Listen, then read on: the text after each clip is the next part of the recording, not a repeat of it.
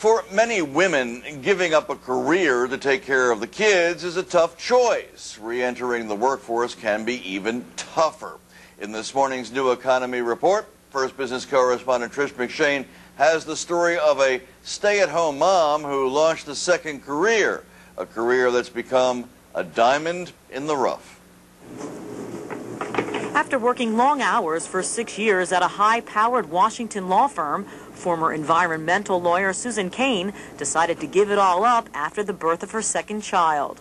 I just felt that I wasn't seeing him enough, and sometimes I'd come home and he wouldn't want to go to me because he was more attached to the nanny than he was to me.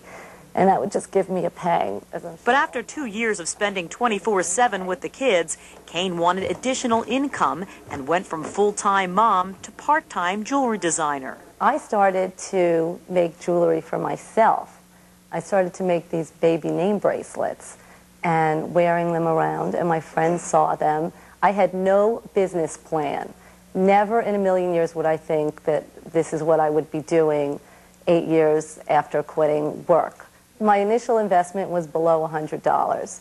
This was a very low-risk venture. We could not afford any big risks at the time. It basically involved getting a tray, beads, and some string. Kane says after teaching herself the jewelry-making craft through library books, she started designing more high-end gold, silver, and beaded pieces. Sales exploded when a friend invited Kane to do a show of her creations in her home. When Kane founded her business here in her home 6 years ago, she sold just about $3,000 worth of her jewelry. Today, revenues are expected to exceed $120,000, with about 10% of that going to charity. The one-woman show says her business relies on word of mouth and repeat customers. A big part of my business and the success is that I have low overhead and my prices are low.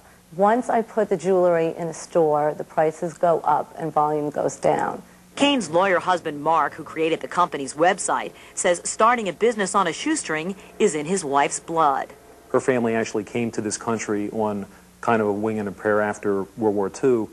They had gotten a bunch of Army surplus parachutes in Paris and sewed them into raincoats, which were a rage for a while because they were made of silk back then. The couple agrees the business is golden for them because you can never get back time missed with family.